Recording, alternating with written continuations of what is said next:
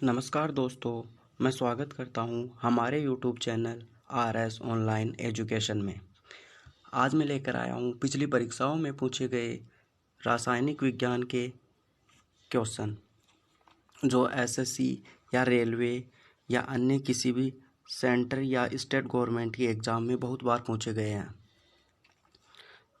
तो स्टार्ट करते हैं। पहला क्वेश्चन, वह कण कौन सा है जो ऋणात्मक रूप से आवेशित होता है, मतलब जिस पर ऋणावेश होता है, तो वह है इलेक्ट्रॉन। सेकंड क्वेश्चन है, जब दो इलेक्ट्रॉन एक ही कक्ष में होते हैं तो उनमें क्या पाया जाता है? तो जब दो इलेक्ट्रॉन एक ही कक्ष में होते हैं तो उनमें विपरीत चक्रण पाया जाता है। तीसरा क्वेश्चन है, वे कौन से कण हैं जो परमाणु केंद्रक के चारों ओर घूमते हैं और ऋणात्मक रूप से आवेशित होते हैं? तो वे हैं इलेक्ट्रॉन। किसी तत्व के परमाणु क्रमांक 17 है और द्रव्यमान 36 है, उसके न्यूक्लियस में न्यूट्रॉनों की संख्या कितनी होगी? आपको कुछ सेकंड्स दी जाएगी ताकि आप अपना उत्तर चूज कर सको। हाँ, तो इसका आंसर होगा 19। उन तत्वों को क्या कहा जाता है जिनमें समान संख्या में प्रोटॉन और भिन्न संख्या में न्यूट्रॉन होते हैं? तो उन तत्वों को समस्थानिक कहा जाता है। उसके बाद छठवां क्वेश्चन है, कौन सा एक न्यूक्लियॉन नहीं है? मतलब इसमें ऑप्शन है लेकिन मैं ऑप्शन नहीं लिखूंगा क्योंकि इसमें आपका और मेरा टाइम खराब होगा। तो आप वैसे देख लो क्योंकि वैसे भी इजी क्वेश्चन है। हाँ, तो कौन सा एक न्यूक्लियॉन नहीं है? तो ये आप ऑप्शन के हिसाब से कर लेना, लेकिन आपको मैं वैसे ही दिखा देता हूँ। तो इलेक्ट्रॉन एक न्यूक्लियॉन नहीं है। क्वेश्चन नंबर 7, पदार्थ का परमाणु सिद्धांत किसने प्रतिपादित किया था? तो पदार्थ का परमाणु सिद्धांत डाल्टन ने प्रतिपादित किया था। उसके बाद कौन सा कण बच जाता है जब हाइड्रोजन परमाणु अपने इलेक्ट्रॉनों को खो देता है? जब हाइड्रोजन परमाणु अपने इलेक्ट्रॉनों को खो देता है तो एक प्रोटॉन बच जाता है। नवा क्वेश्चन है, किसी परमाणु का रासायनिक व्यवहार निर्भर करता है किस पर? तो किसी परमाणु का रासायनिक व्यवहार निर्भर करेगा न्यूक्लियस में प्रोटॉनों की संख्या पर। उसके बाद 10वां क्वेश्चन, परमाणु का संगठन करने वाले 3 मौलिक कण हैं। तो परमाणु का संगठन करने वाले 3 मौलिक कण हैं इलेक्ट्रॉन, प्रोटॉन और न्यूट्रॉन। 11वां क्वेश्चन, नाभिकीय विकिरण का अत्यधिक दुष्प्रभाव सबसे पहले मानव शरीर के किस अंग पर पड़ता है? तो नाभिकीय विकिरण का अत्यधिक दुष्प्रभाव सबसे पहले किस अंग पर पड़ेगा? त्वचा पर। 12वां क्वेश्चन बताओ, इलेक्ट्रॉन पर कैसा आवेश होता है? तो इलेक्ट्रॉन पर ऋणावेश होता है। देखो, मैं ऐसा इसलिए कर रहा हूँ ताकि आपको ये भी पता चलता रहे कि आपकी तैयारी कैसी है, मतलब एक टेस्ट भी होता रहे, इसलिए मैं बाद में उत्तर दिखा रहा हूँ। हाँ, तो 13वां क्वेश्चन है, जब कोई कण और कोई प्रतिकण परस्पर संपर्क में आते हैं तो वह क्या करते हैं? तो वह एक दूसरे को नष्ट कर देते हैं। सूर्य में ऊर्जा का निरंतर सर्जन किस कारण होता रहता है? तो सूर्य में ऊर्जा का निरंतर सर्जन किस कारण होता रहता है? इसका आंसर होगा नाभिकीय संलयन के कारण। 15वां क्वेश्चन, परमाणु के नाभिक में क्या होता है? तो परमाणु के नाभिक में प्रोटॉन और न्यूट्रॉन होते हैं। 16वां क्वेश्चन, परमाणु के न्यूक्लियस में पाए जाने वाले मूल कण कौन कौन है? तो परमाणु के न्यूक्लियस में कौन कौन से कण पाए जाते हैं? प्रोटॉन और न्यूट्रॉन। क्वेश्चन नंबर 17, प्रकृति में सबसे सशक्त बल है? तो प्रकृति में सबसे सशक्त बल है नाभिकीय बल। 18वां क्वेश्चन, न्यूट्रॉन की खोज के लिए नोबेल पुरस्कार किसे दिया गया था? तो न्यूट्रॉन की खोज किसने की थी? न्यूट्रॉन की खोज की थी जेम्स चैडविक ने। 19वां नंबर क्वेश्चन, विद्युत चुंबकीय विकर्ण के लिए उनके बढ़ते हुए तरंगदैर्ध्य के क्रम में सही विन्यास है। तो इसका सही विन्यास होगा एक्स किरणें, फिर दृश्य, फिर अवरक्त, फिर सूक्ष्म तरंग। ये इनका क्रम याद रखना। चलो आगे बढ़ते हैं। 20वां क्वेश्चन, कौन सा कण बच जाता है जब हाइड्रोजन परमाणु अपने इलेक्ट्रॉन खो देता है? तो इसका आंसर है एक प्रोटॉन। एक प्रोटॉन बच जाता है जब हाइड्रोजन परमाणु अपने इलेक्ट्रॉनों को खो देता है। 21वां क्वेश्चन, परमाणु शक्ति संयंत्र किस सिद्धांत पर काम करता है? परमाणु शक्ति संयंत्र किस सिद्धांत पर काम करता है? इसका आंसर हो जाएगा विखंडन पर। 22वां क्वेश्चन, न्यूक्लियर प्रतिक्रिया में किसका संरक्षण होता है? तो न्यूक्लियर प्रतिक्रिया में किसका संरक्षण होता है? द्रव्यमान ऊर्जा और संवेग का। सूर्य की पराबैंगनी विकिरण पृथ्वी तक क्यों नहीं पहुंचती है? आंसर हो जाएगा इसका ओजोन परत के कारण। देखो फ्रेंड, मैं आपको ज़्यादा टाइम नहीं दे रहा हूँ आंसर देने के लिए, क्योंकि मुझे नहीं लगता कि आपको ज़्यादा टाइम की ज़रूरत है, क्योंकि क्वेश्चन बहुत ईजी है। हाँ, लेकिन बार बार पूछे जाते हैं, इसलिए मैंने आपको ये वीडियो उपलब्ध करवाया। चलो आगे बढ़ते हैं। 24वां क्वेश्चन, न्यूक्लियर रिएक्टर में विमंदक का प्रयोग किस लिए किया जाता है? तो न्यूक्लियर रिएक्टर में विमंदक का प्रयोग क्यों किया जाता है, कारण बताओ। इसका आंसर हो जाएगा न्यूट्रॉन मंद करने के लिए। 25वां क्वेश्चन, नाभिकीय विखंडन के दौरान श्रृंखला अभिक्रिया को नियंत्रित करने के लिए न्यूट्रॉन का अवशोषण करने के लिए प्रयुक्त दो तत्व कौन कौन से हैं? तो नाभिकीय विखंडन के दौरान श्रृंखला अभिक्रिया को नियंत्रित करने के लिए, न्यूट्रॉनों का अवशोषण करने के लिए दो तत्व कौन से हैं? आंसर है इसका बोरॉन और कैडमियम। मतलब आपको ऑप्शन में ये एक एक अलग अलग भी पूछ सकते हैं, तो बोरॉन और कैडमियम याद रखना, दोनों साथ ना भी आए। चलो 26वां क्वेश्चन, परमाणु रिएक्टर में प्रयुक्त ईंधन है? इसका आंसर हो जाएगा यूरेनियम। क्वेश्चन नंबर 27, नाभिकीय रिएक्टर में किसे विमंदक के रूप में प्रयोग किया जाता है? तो आंसर हो जाएगा ग्रेफाइट। यहाँ पर विमंदक का उपयोग होता है उसकी अभिक्रिया को कम करने के लिए।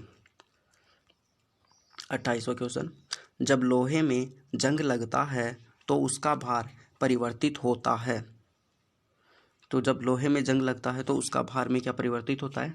वह बढ़ जाता है। क्वेश्चन नंबर 29, एक परमाणु वाली गैस है? तो एक परमाणु वाली गैस होगी नियोन। नियोन गैस एक परमाणु वाली गैस है। क्वेश्चन नंबर 30, परमाणु शक्ति संयंत्र किस सिद्धांत पर काम करता है? परमाणु शक्ति संयंत्र नाभिकीय विखंडन सिद्धांत पर काम करता है। क्वेश्चन नंबर 31, किस परमाणु में परिक्रमण कर रहे यहाँ पर किसी होगा,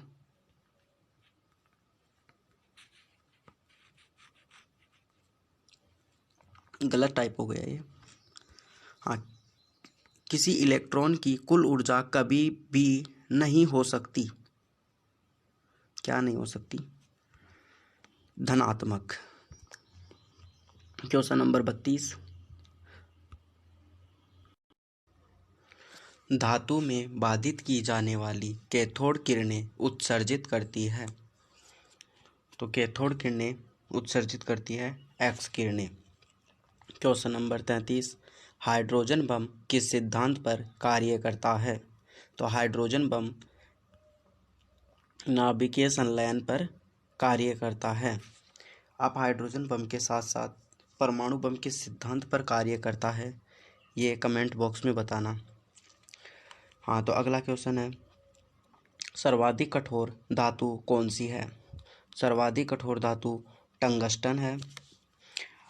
और सर्वाधिक कठोर तत्व कौन सा है यह भी कमेंट बॉक्स में बताना। हाँ, तो क्वेश्चन नंबर 35, वह धातु कौन सी है जिसका ऑक्साइड परत बनने के कारण संक्षारण नहीं होता है? एल्यूमिनियम।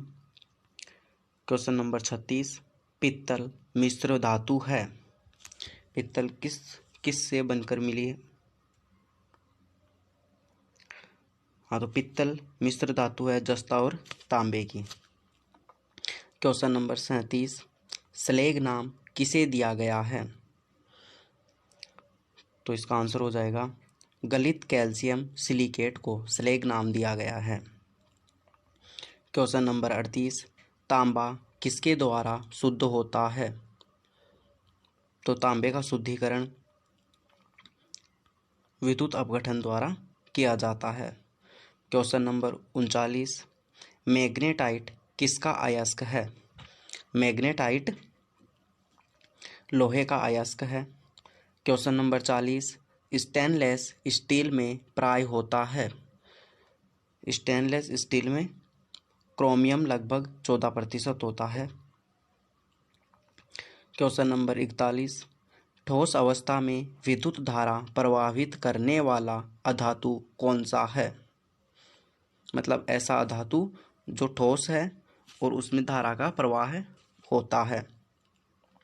तो इसका आंसर हो जाएगा ग्रेफाइट।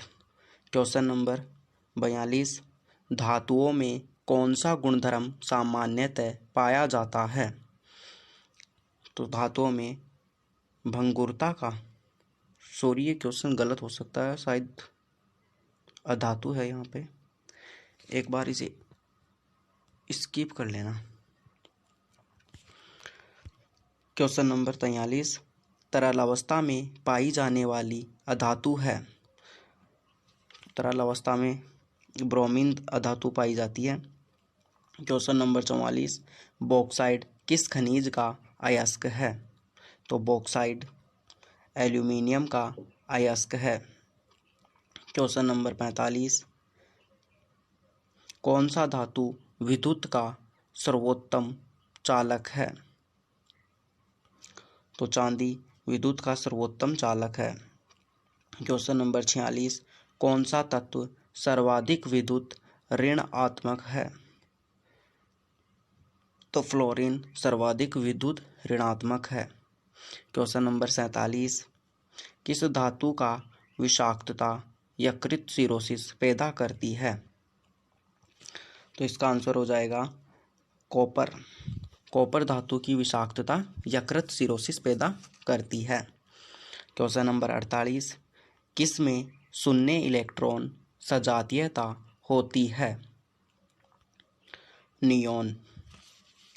क्वेश्चन नंबर 49, स्वाभाविक रूप से घटित होने वाला सबसे भारी तत्व कौन सा है? तो स्वाभाविक रूप से घटित होने वाला सबसे भारी तत्व है uranium. Question number 50, German silver में सिल्वर का प्रतिशत मात्रा कितना होता है? तो जर्मन सिल्वर में सिल्वर की प्रतिशत मात्रा 0% होती है। आई होप आपको वीडियो पसंद आ रहा होगा, तो आप वीडियो को लाइक ज़रूर कर देना और शेयर भी करना ना भूलना। और चैनल पर पहली बार आए हो तो चैनल को सब्सक्राइबर ज़रूर बनना,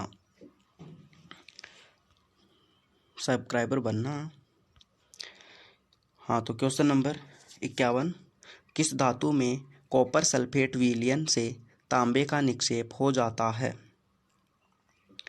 किस धातु में कॉपर सल्फेट विलयन से तांबे का निक्षेप होता है? इसका आंसर हो जाएगा लोहा। लोहा धातु में कॉपर सल्फेट विलयन से तांबे का निक्षेप हो जाता है। थोड़ा कन्फ्यूज़न है, देखना अच्छे से पढ़ लेना। क्वेश्चन नंबर 52, वह तत्व जो ऑक्सीजन के साथ प्रतिक्रिया नहीं करता। तो वह हीलियम है जो ऑक्सीजन के साथ प्रतिक्रिया नहीं करता। क्वेश्चन नंबर 53, वह धातु कौन सी है जो पानी को अत्यधिक प्रदूषित करती है? तो वह धातु आर्सेनिक है। अगर आपको वीडियो की स्पीड कम या ज़्यादा लग रही है तो अपने हिसाब से एडजस्ट कर लेना। हाँ, तो क्वेश्चन नंबर 54, बॉक्साइड किस धातु का अयस्क होता है? तो बॉक्साइड एल्यूमिनियम का अयस्क होता है, यह पहले भी आ चुका है। हाँ, क्वेश्चन नंबर 55, वह धातु कौन सी है जो उभयधर्मी ऑक्साइड प्रदान करती है? तो वह धातु एल्यूमिनियम है। क्वेश्चन नंबर 56, धातुएं सुचालक होती है क्योंकि, मतलब कारण बताना है। तो इसका आंसर हो जाएगा उनमें मुक्त इलेक्ट्रॉन होते हैं, इसलिए धातुएं विद्युत की सुचालक होती है। किसमें सिल्वर नहीं होता है? ये क्वेश्चन पहले भी रिपीट हो चुका है। तो इसका आंसर हो जाएगा जर्मन सिल्वर। जर्मन सिल्वर में सिल्वर 0% है, इसलिए। क्वेश्चन नंबर 58, एल्यूमिनियम ऑक्साइड होता है, मतलब ऑप्शन के हिसाब से समझ में आ जाएगा, यहाँ पर ऑप्शन नहीं है। तो आंसर देखते हैं। एल्यूमिनियम ऑक्साइड होता है उभयधर्मी अम्ल।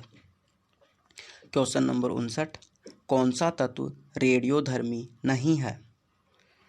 तो इसका आंसर हो जाएगा जर्कोनियम रेडियोधर्मी तत्व नहीं है। क्वेश्चन नंबर 60, किसी अम्लगम का एक घटक होता है सदैव, यानी कि किसी अम्लगम का एक घटक सदैव क्या होता है?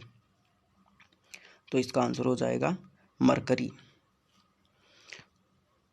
तो ये हमारे 60 क्वेश्चन पूरे हो गए। अगर आपको वीडियो पसंद आया है तो लाइक ज़रूर करना और अपने दोस्तों के साथ शेयर भी करना।